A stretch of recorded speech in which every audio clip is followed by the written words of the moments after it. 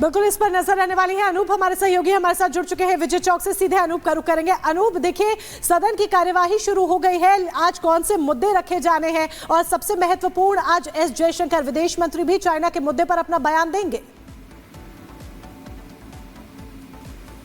बिल्कुल मोनिका, सदन की कार्रवाई शुरू तो हो गई है, आज पांचवा दिन है, लेकिन पिछले 4 दिनों से जो तस्वीर हमने देखी है वो हैरान करने वाली थी। 4 दिन और महज 40 मिनट, आप समझिए करोड़ों रुपए आम आदमी के लगते हैं, मुद्दे सदन में आते हैं, कई योजनाओं पर चर्चा होती है, लेकिन ऐसा कुछ नहीं हो रहा है और आज भी लगता है आसार ऐसे ही हैं। हम अगर आज की बात करें तो जहां एस जयशंकर विदेश मंत्री भारत और चीन के रिश्ते को लेकर अपना पक्ष रख सकते हैं, सरकार का पक्ष रख सकते हैं, तो उसके अलावा विपक्ष पूरी तरह से मूड बना चुका है कि वो अडानी मामले पर, संभल मामले पर, मणिपुर मामले पर और अब बांग्लादेश के मामले पर भी जवाब चाहता है सरकार से। और इसे लेकर थोड़ी देर पहले देखिए मल्लिकार्जुन खड़गे के जो कमरे में बातचीत हुई थी, मीटिंग हुई थी, उस मीटिंग में राहुल गांधी भी मौजूद थे, ऑल पार्टी मीटिंग, और तय किया गया कि आज भी वो मांग रखेंगे। तो दूसरी तरफ देखिए अमित शाह, प्रधानमंत्री मोदी, किरण रिजिजू की मीटिंग हुई है कि किसी तरह सदन को चलाया जाए, लेकिन ऐसा लग रहा है कि सदन इतनी आसानी से चलेगा नहीं। विपक्ष पूरी रणनीति के साथ तैयारी किए हुए और हर मुद्दे पर वो ये मांग कर रहा है कि हमें जवाब चाहिए इस मुद्दे पर।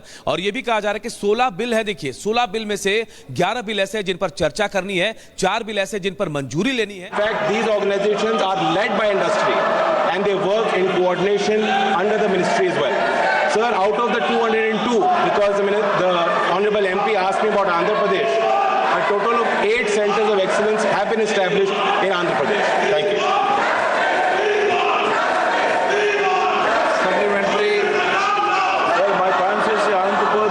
Sunlight all around the year, sir, and it is home to 2 major solar parks contributing 62% to the state's renewable energy capacity, sir. A world-class energy university is also proposed to be established in Anantapur, owning to the region's immense renewable energy potential. Under the visionary leadership of Nara Chandrababu Naidu Garu, Andhra Pradesh has recently introduced the AP Integrated Clean Energy Policy 2024, sir, targeting the generation of 78.5 gigawatts of solar and 35 gigawatts of wind power over the next 5 years, sir. Given Anantapur's prominent role in renewable energy and its potential to drive the state ambitious targets, sir, I would like to ask the minister, is there any plan to establish a center of excellence for skill development and R&D in renewable energy in Anantapur to create a green workforce and strengthen the clean energy system, sir? Thank you. I thank the honorable member. It is true that Andhra Pradesh is a leader in the space of technology with regards to green jobs. The honorable MPs asked me specifically about the green job sector. I'd like to inform him that out of the 36 sector councils, one of our councils relates specifically to the space of... तो सीधी तस्वीरें लोकसभा से आ रही हैं। लोकसभा में विपक्ष के द्वारा हंगामा किया जा रहा है, वी वांट जस्टिस जैसे नारों की गूंज सदन में सुनाई दे रही है। आप तस्वीरें देख सकते हैं और साथ ही बैकग्राउंड की आवाज भी सुन सकते हैं कि किस तरीके से यहाँ पर विपक्ष के द्वारा हंगामा किया जा रहा है। आज 5वां दिन है, 4 दिन ऑलरेडी बीत चुके हैं और विपक्ष ये मांग कर रहा है कि संविधान दिवस पर भी चर्चा हो। ऐसी कई मांगे हैं जो विपक्ष के द्वारा उठाई जा रही हैं और इससे लेकर के आज इंडी गठबंधन की मीटिंग भी हुई थी। हालांकि इस इंडी गठबंधन की मीटिंग में टीएमसी पूरी तरीके से नदारद नजर आती है। अब सदन की जो कार्यवाही चल रही है उस दौरान विपक्ष के द्वारा हंगामा किया जा रहा है, प्रश्नकाल चल रहा है, सवाल जवाब किए जा रहे हैं, जवाब भी दिए जा रहे हैं मंत्रियों के द्वारा और नेताओं के द्वारा सवाल भी पूछे जा रहे हैं। लेकिन इस सब के बीच विपक्ष का जो रवैया है वो जैसे पिछले हफ्ते था उसी तरीके से इस हफ्ते भी देखने को मिल रहा है। सदन की कार्यवाही शुरू होते ही विपक्ष के द्वारा हंगामा शुरू कर दिया जाता है, नारे लगाए जाते हैं। दोनों सदनों की तस्वीरें आपको दिखा रहे हैं, एक तरफ लोकसभा और दूसरी तरफ आप राज्यसभा की तस्वीर देख सकते हैं। कार्रवाई हालांकि चल रही है लेकिन उसी तरीके से हंगामा भी मोनिका चल रहा है। बिल्कुल हंगामा यहाँ पर लगातार हो रहा है। देखिए 11 बिल है जो पेश किए जाने हैं, 4 में आगे 15-16 बिल की लगभग इस बार शीतकालीन सत्र का अगर आप देखें तो 15 से 16 बिल है। लेकिन जिस तरीके से हंगामे की भेंट सदन चढ़ता हुआ नजर आ रहा है, सवाल यहाँ पर यह भी खड़ा हो जाता है कि जनता की वो गाड़ी कमाई जो टैक्स के रूप में सरकार को जनता देती है, जिसके जरिए संसद की कार्यवाही चलती है। मानसून सत्र की अगर आप बात करें तो बीते मानसून सत्र में भी सलोनी हमने देखा था कि किस तरीके से कार्यवाही की भेंट चढ़ता हुआ नजर आया था मानसून सत्र, और वही तस्वीर शीतकालीन सत्र की भी नजर आ रही है। बिल्कुल, हमारे सहयोगी अनूप लगातार हमारे साथ जुड़े हुए हैं। अनूप, हमने देखा पिछले दिनों में भी सदन के अंदर जोरदार हंगामा हुआ, किस तरह से कार्रवाई बाधित हुई और बार बार जनता से जुड़े मुद्दों पर चर्चा नहीं हो पाई, चाहे प्रश्नकाल हो या कुछ भी यहाँ पर हो, हंगामा ही देखा गया, नारेबाजी ही देखी गई। और आज वैसी ही तस्वीरें शुरू होते ही समझ में आ रही हैं। क्या बिल्कुल भी जनता के मुद्दे नहीं उठाए जाने, सियासत ही करनी है, ऐसा लग रहा है विपक्ष को?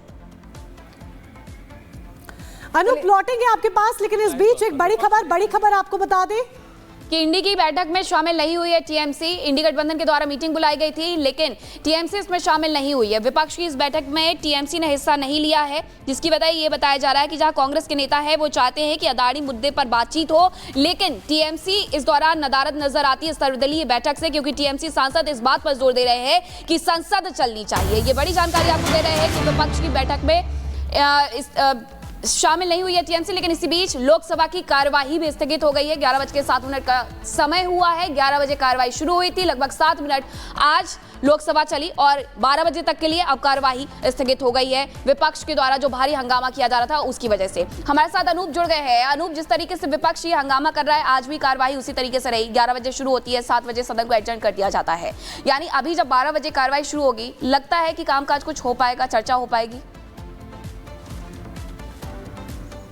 ऐसा लग नहीं रहा है मीनाक्षी। जो तौर तरीका विपक्ष अपना रहा है, जिस तरह से नारेबाजी हो रही है, हंगामा बरप रहा है, मतलब आप समझिए शुरुआती दौर में ही ना तो प्रश्नकाल के दौरान बेहतर तरीके से कोई जवाब दे पा रहा था, और आप समझिए पीछे से शोर जो बैकग्राउंड से आ रहे थे उसे देखकर ऐसा लग रहा था कि विपक्ष हंगामा करने की पूरी तरह से मूड में है। महज 7 मिनट, ये सदन की शुरुआत के बाद 7 मिनट के बाद सदन को स्थगित कर दिया गया। 12 बजे आप जिसका जिक्र कर रहे हैं, ऐसा 12 बजे भी नहीं लग रहा है कि सदन सुचारू रूप से चल पाएगा, क्योंकि एकमात्र एजेंडा विपक्ष का है हंगामा करना और सत्र को कहीं ना कहीं किसी तरह से बाधित करना है। सरकार तैयार है, अपने जो बिल है उन्हें लेकर चर्चा करना चाहती है। 4 बिल ऐसे जिन्हें मंजूरी के लिए रखा जाएगा, लेकिन विपक्ष इनके मूड में नजर नहीं आ रहा, विपक्ष कहीं से सहयोग करता नजर नहीं आ रहा। और सबसे बड़ी बात, ऑल पार्टी मीटिंग के जो एक सिर्फ महज खाना पूर्ति रह गई है। ऑल पार्टी मीटिंग में सब सहयोग की बात तो करते हैं, लेकिन तस्वीरों में कहीं सहयोग नहीं दिख रहा है।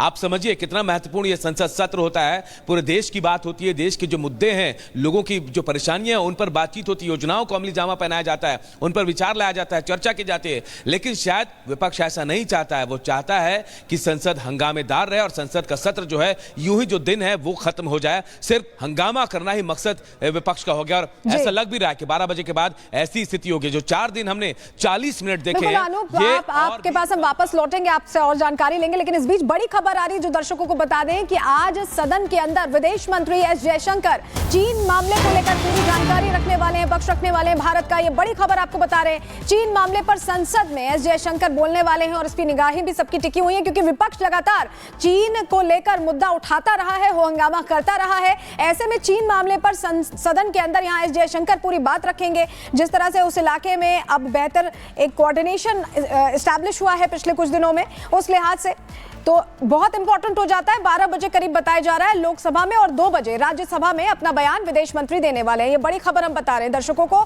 चीन मामले को लेकर विपक्ष लगातार सवाल भी करते रहा है, ऐसे में उन तमाम सवालों का जवाब आज भारत चीन संबंधों को लेकर बयान देंगे एस जयशंकर।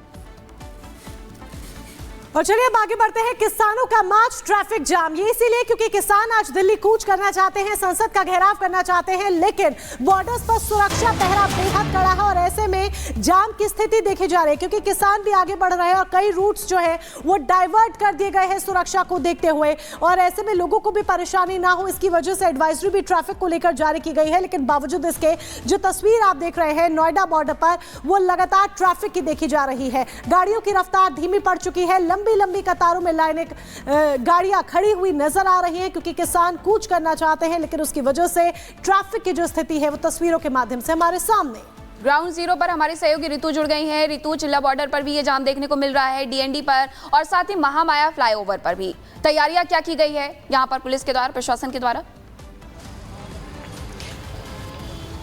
बिल्कुल मीनाक्षी, और देखिए हजारों की संख्या में यहाँ पर जो किसान है वो कूच करने का ऐलान पहले ही कर चुके हैं। इस वक्त मेरी मौजूदगी चिल्ला बॉर्डर पर ही है और यहाँ पर जो तस्वीर है, जो इस वक्त हालात है, मैं आपको दिखाना चाहूंगी। देखिए भारी पुलिस बल की तैनाती यहाँ पर आपको नजर आ रही होगी, जहां तक आपकी नजर जाएगी वहां तक आपको पुलिस की मुस्तैदी दिखाई देगी। तकरीबन 40 से 45 हजार जो किसान है वो कूच करने का ऐलान कर चुके हैं। 14 किसानों के जो संगठन है उनके द्वारा ये कहा गया है कि यहाँ पर दिल्ली कूच करने की ओर वो अग्रसर है। ऐसे में, क्योंकि संसद का शीतकालीन सत्र भी आज है और इसी को ध्यान में रखते हुए वो संसद का घेराव करना चाहते हैं और इसी मकसद के साथ वो दिल्ली कूच करने वाले हैं अपनी 5 मांगों को लेकर के। और उनकी 5 मांगे कुछ ऐसी हैं, आपको बता दें कि पुराने भूमि अधिग्रहण कानून को लेकर के जो उससे प्रभावित किसान है उन्हें 10% तक मुआवजा दिया जाए, प्लॉट्स दिए जाए और 64.7% मुआवजा, इस दर के हिसाब से उन्हें मुआवजा प्रदान किया जाए। इसके अलावा अगर बात करें तो 1 जनवरी 2014 के बाद जिस तरीके से